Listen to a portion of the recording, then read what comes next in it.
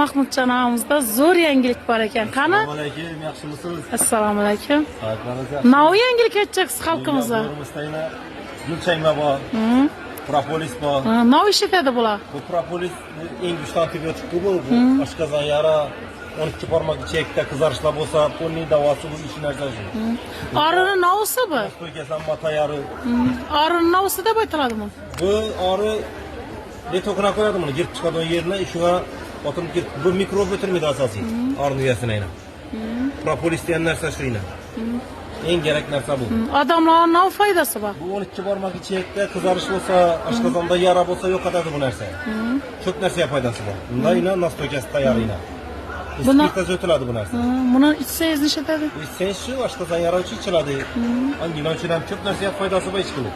Bu ham og'riq ekan. Havo bu ham bolarniki. Bunda gulchanglarimiz foyda. Bu nima ish etadi? Bu gulchang immunitetni ko'taradi. Bola ko'rishmaysiz. Ben de sen hozir ko'rsatib beramiz, yine yeyishmi? Bola aylar nefes o'xshaydi, bilisiz o'xshaydi. Menga. Nima beracakmisiz? Havo sizga verecekmi? Salaymon-ku. Gap yo'qmi? Yo'q. Mazza ekan. Rahmat. Tabiiy versda kerak bo'lsa, shuni galaverasizda. Azizlar bunga qarang. Asallarni asali shu yerda. Eng zo'rlarini chiqarib ko'ramiz, yana paxta bog'i bo'ylar. Qaymoq deyin, paxta bog'ining eng nasina. Oho. Zo'rina, sariyog' deyni. Ina. Galaverasizda.